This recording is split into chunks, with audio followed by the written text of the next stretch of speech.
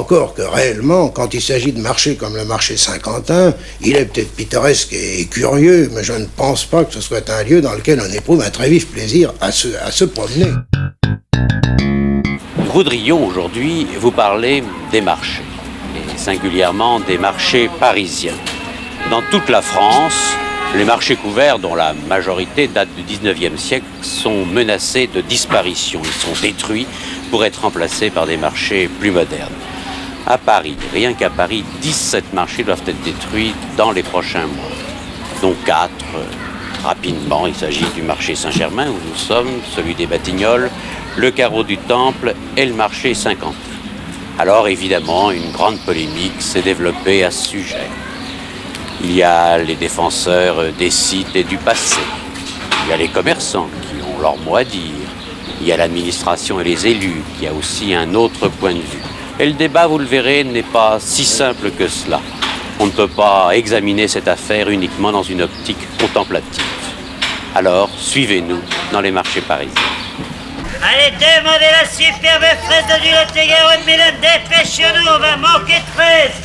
On va manquer de fraises de mesdames, allons-y un coup d'œil. Allez, bonbon et pas cher ce matin, la ménagère. Allez, à la caisse, mon fils. Moi, je n'aime pas les sous, je n'aime que les jolies blondes.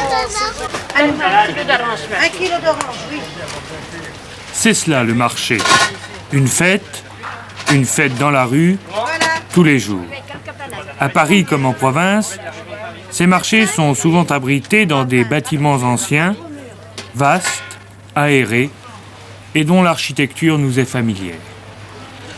C'est le cas du marché des Batignolles, dans le 17e arrondissement, du marché de Saint-Quentin, près de la gare du Nord, du marché Saint-Germain, construit par Blondel au début du 19e siècle, et du carreau du Temple, dans le 3e arrondissement.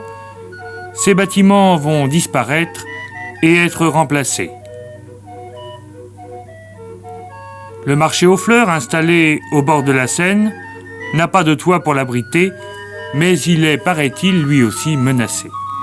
Alors, le seul marché couvert protégé, pour l'instant, est celui de la place d'Aligre. C'est pour s'élever contre ces transformations que l'association SOS Paris a décidé de lancer une campagne d'information. Son président, Henri Fabrelus, en explique les raisons. Est-ce qu'ils ne sont pas menacés de destruction à bon escient ? À notre avis, non. D'abord parce que la ville n'a envisagé aucune alternative à la destruction pure et simple, et en particulier aucune réhabilitation n'a été envisagée. Et même, je dirais plus loin, c'est qu'aucun entretien n'a été fait de ces bâtiments pendant très longtemps. On peut se demander si c'était pas pour justifier après coup la démolition pure et simple, en disant que c'était des bâtiments qui étaient en mauvais état. Ce qui est quelquefois vrai parce qu'on ne les a pas entretenus. 4 francs, madame. Monsieur Bernard Rocher, conseiller municipal de Paris, et qui s'occupe des problèmes d'urbanisme, répond. D'un côté, il y aurait un certain nombre de Parisiens conscients de l'intérêt que représentent les monuments anciens de leur ville, Parisiens groupés ou non en association, qui veulent à tout prix sauver les éléments les plus intéressants, les plus caractéristiques du Paris d'une certaine époque. Ils ont tort ? Ils n'ont pas tort, mais de l'autre côté, on présente des conseillers de Paris, présumés incultes, présumés connaissant mal les questions dont ils traitent, et désintéressés d'une manière générale de ces problèmes de conservation de sites. Mais à mon avis, ce n'est pas tellement là que se situe la question. La question tient au fait que les terrains sont chers dans Paris, les terrains disponibles sont rares, et que l'on peut penser, qu'il n'est pas stupide de penser, que, à l'occasion de la reconstruction de ces marchés, on a la chance peut-être de pouvoir implanter dans des quartiers qui en sont dramatiquement dépourvus, parce qu'il s'agit surtout de quartiers centraux dans lesquels il n'y a pas de terrain, que l'on peut implanter à l'occasion de la rénovation de ces marchés des équipements nécessaires. Je pense à des crèches, je pense à des garderies, je pense à des piscines, à des gymnases, à des clubs pour personnes âgées. Et c'est à ce souci que correspondent les projets qui sont souvent très critiqués, mais qui ne sont pas nécessairement absurdes dans leur conception, parce qu'ils visent justement à apporter à des quartiers qui en ont besoin des équipements qui leur manquent. Des équipements sociaux supplémentaires peuvent en effet justifier ces nouveaux marchés. Et si le carreau du Temple et le marché Saint-Germain en bénéficieront, Ce n'est le cas ni pour le marché des Batignolles, ni pour le pavillon de Saint-Quentin. Celui-ci sera remplacé par un hôtel de 3 étoiles, 2 étages de parking. Quant au marché, il sera recasé dans le bâtiment et ne coûtera rien à la ville.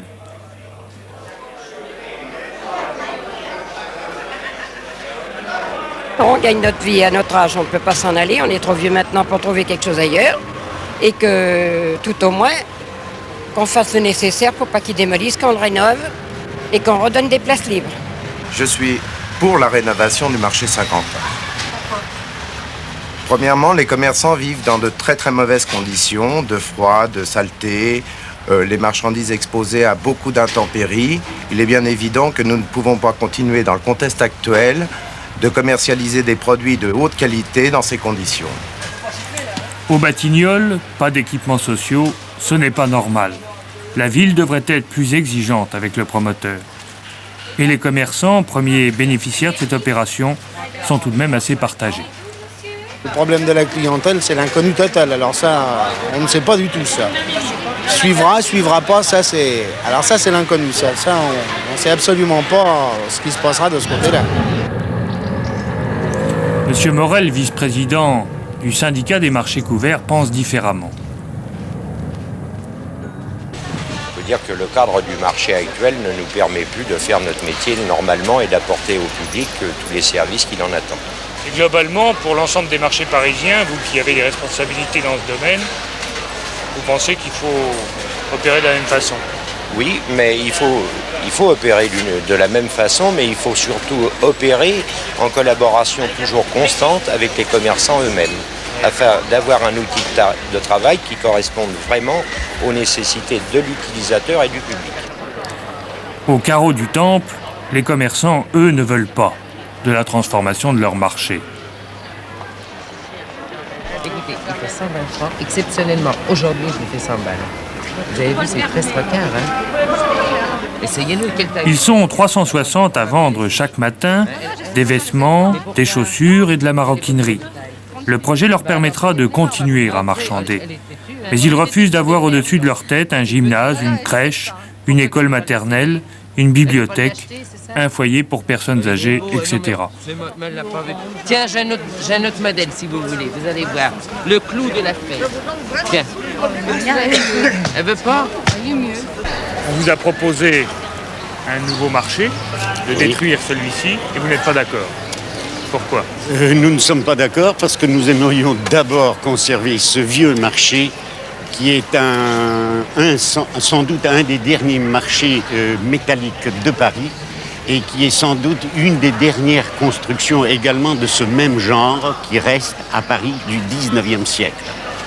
Et si on restaurait tout ça, c'est-à-dire si on rasait tout ça pour quelque chose de neuf, vous auriez quelque chose de plus accueillant, de plus propre, non? Croyez-vous que un bloc en béton soit plus accueillant que les vieilles constructions du 19e siècle? Je vous pose la question. Moi, je ne le crois pas. Le pavillon du Temple a été construit sur le modèle des pavillons de Baltard qui ont disparu des Halles. Nous avons consulté un spécialiste de la construction métallique, M. Roderer, qui nous donne son avis sur l'état du carreau du Temple. On ne peut absolument pas utiliser l'état de cette structure pour prétendre à sa destruction. Ça veut dire que c'est bon, c'est en bon état? C'est en bon état, ça a été relativement mal entretenu, notamment les derniers temps, mais quelque part que vous en regardiez, vous constaterez que les travaux à faire sont des travaux d'entretien normal, plus ou moins. Cher, non? Certainement pas le prix qui a été énoncé pour mettre autre chose à la place. Probablement moins même que de le détruire. Et à construire, est-ce que c'est un bâtiment qui coûterait cher? Je crains qu'à construire, on ne trouve personne pour le faire. Vous avez vu les détails des arcatures, les chapiteaux. Vous avez vu la manière dont ça a été fait. C'est un travail qu'on ne se donnerait plus le mal de faire maintenant. Le marché Saint-Germain est une vieille affaire. Projets contre projets se sont succédés et un concours organisé dans des conditions particulières a néanmoins permis de choisir un plan d'aménagement qui, à notre avis, est plutôt satisfaisant, mais pas pour tout le monde. Pourquoi vous voulez garder le marché Saint-Germain et éviter qu'on le transforme? Bien, c'est pas la volonté de ne pas faire transformer ce marché qui domine, c'est plutôt la volonté de le conserver, et essentiellement de conserver les marchands qui sont l'élément essentiel de l'animation. Car depuis que l'on parle de la destruction du marché, il y a eu 2 projets en fait. Un projet d'un promoteur privé que nous sommes arrivés à dégoûter par l'ampleur du mouvement qui s'est créé autour de la défense du marché.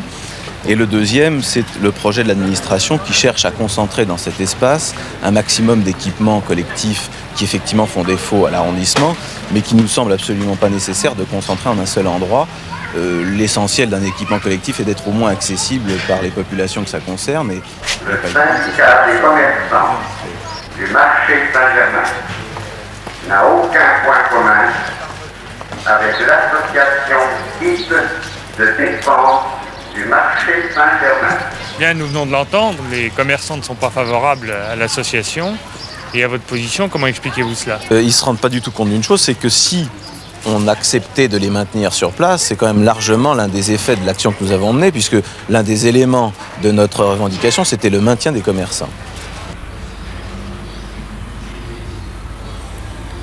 Yvan Christ, spécialiste de l'architecture du 19e siècle, nous donne lui aussi son avis. Toutes les choses du passé, disait M. Giscard d'Estaing, doivent être traitées avec égard, parce que si l'on y touche, elles disparaissent à jamais, et il faut être auparavant sûr que ce ne sont pas des choses significatives et belles. Le marché Saint-Germain est une chose significative, du moins qui peut le redevenir, et qui peut redevenir également une chose belle. 2 écoles s'affrontent. Celle qui pense que les équipements sociaux doivent être concentrés au même endroit, et celle qui estime, comme Christian de Villers, urbaniste, qu'il vaut mieux les disperser.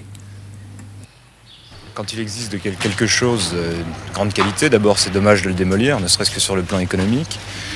Et ensuite, les projets qui sont faits à la place des marchés sont des projets d'une nature complètement différente. C'est-à-dire qu'on supprime ce caractère de lieux publics ouverts, non programmés, à la disposition des gens, et on remplace par une superposition d'équipements qui vise à rentabiliser l'usage du sol à l'extrême, par exemple en empilant un parking, une maternelle, une maison de vieillards, une bibliothèque, une piscine et que sais-je.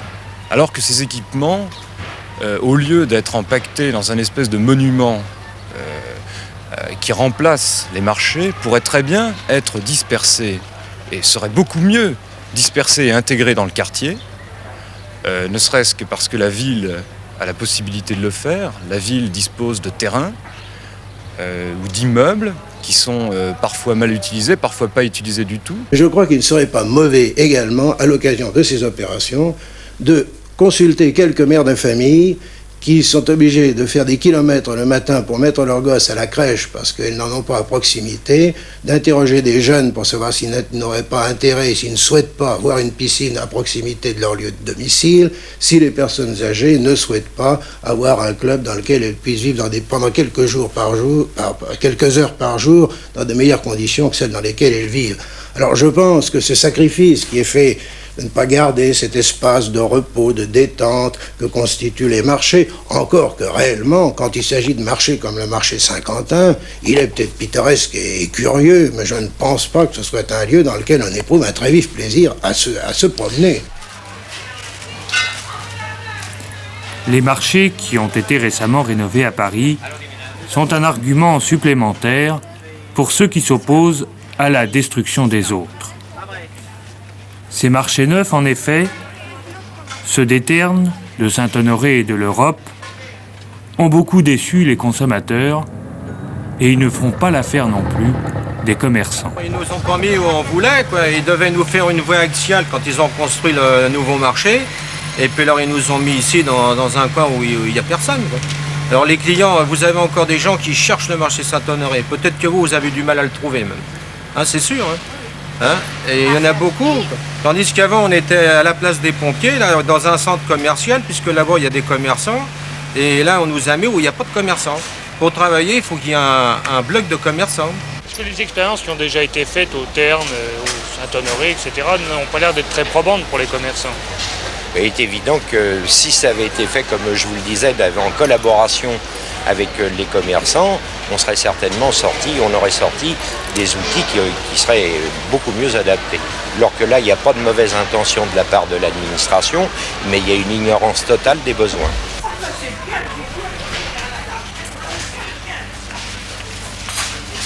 Nous payons double loyer, ce qui nous fait des frais trop excessifs pour un marché.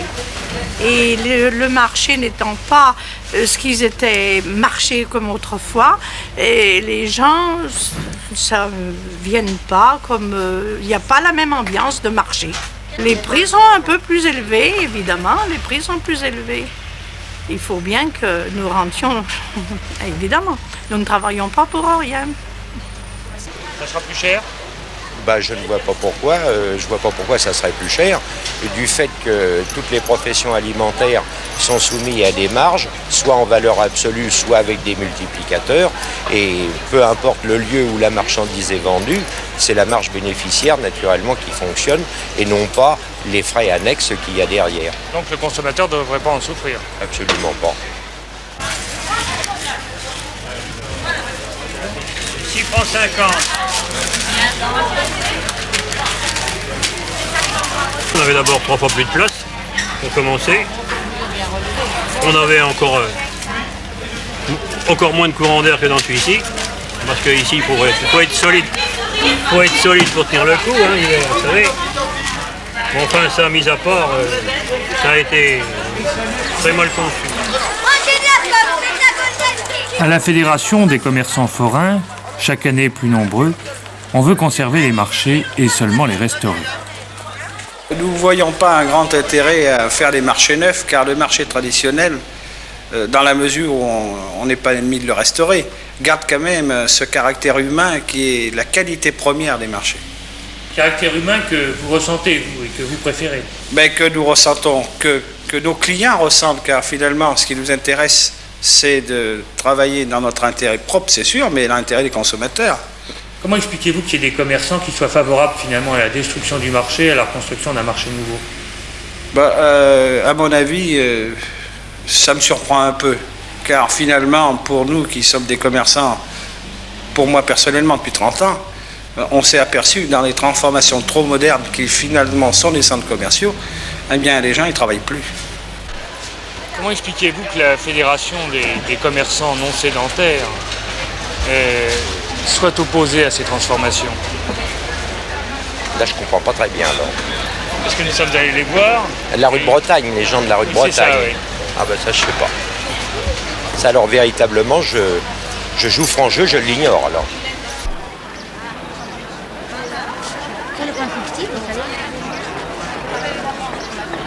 Le marché, c'est un hall où il faut que les gens circulent entre les étalages. C'est une fête, le marché.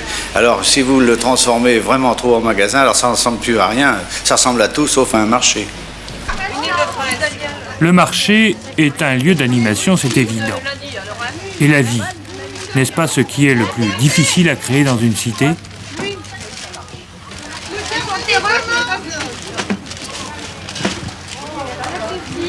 Le marché, dans le quartier où il se trouve, est un élément d'animation incontestable. Aux heures où il est ouvert, il est une source d'animation pour toute la rue alentour. En général, d'ailleurs, le marché se prolonge par des rues marchés.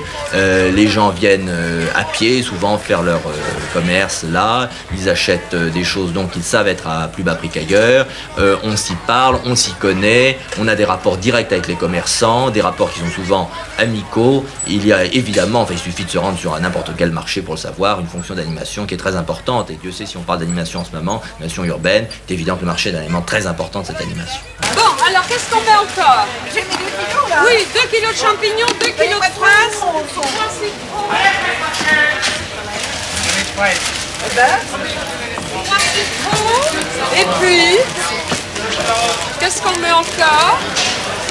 Alors, 19 francs 20. Sur Rocher, on a l'impression que depuis 10 ans dans Paris, on supprime un tas d'équipements qui faisaient la fête, qui permettaient une certaine animation de la ville. Or la ville est en train de mourir et je me demande si la suppression des marchés participe pas un peu de cette destruction. Si, c'est certainement un des éléments qui amène cette désaffection pour une vie sociale qui a fait le charme de Paris, c'est incontestable. et que l'on s'efforce de recréer. Dans certains cas, je pense aux souhaits très nombreux de création de forums, d'agora, pour que les gens se rencontrent. Mais je crois que ce qui est surtout sérieux, parce que votre question va très loin, ce n'est pas les lieux qui manquent, c'est la disponibilité des gens. Il faut bien dire que les hommes et les femmes qui ont travaillé toute la journée, qui se sont déplacés dans les conditions que vous connaissez, ont tendance à rester chez eux en semaine et à partir, quand ils peuvent le faire, pendant les week-ends, chercher à créer une animation quelconque, un samedi, un dimanche, que ce soit dans des domaines politiques, confessionnels ou sportifs. Croyez-moi, c'est pas facile à Paris un samedi ou un dimanche. C'est pas une bonne excuse, ça? C'est pas une excuse, parce qu'en réalité c'est un phénomène que l'on ne peut que déplorer, surtout quand il s'agit d'une ville comme Paris. Je crois que la collectivité se doit d'aller à l'encontre de cette tendance. Il faut que le Conseil de Paris réexamine ses programmes, et notamment à la lumière, encore une fois, de l'idée de ne pas gaspiller le patrimoine immobilier de Paris, de ne pas tuer les marchés dans leur fonction d'animation et dans leur fonction économique, et qu'on définisse une autre politique pour les marchés. Voilà, madame, merci. La petite queue là, c'est moins cher. 22. 10 francs. Allons-y, entrez dans la fête foraine. Comment? Il y en a là, madame, un peu plus petit. Enfin, si je vous ai bien compris, la ville de Paris n'est pas prête à remettre en cause sa politique sur les marchés, là. Je ne crois pas qu'il faille tirer une conclusion définitive de cela. Il y a des cas qui me paraissent évidents. Le marché Saint-Quentin, c'est à mon avis pas quelque chose à propos duquel il faut se battre. Il y a peut-être tel ou tel cas ponctuel qu'il faudrait revoir. Alors, il faut peut-être faire une cote mal taillée, mais il ne faut pas que l'esthétisme empêche des réalisations sociales qui sont vraiment, je vous l'assure, primordiales actuellement. Mais enfin, espérons qu'ils feront quelque chose.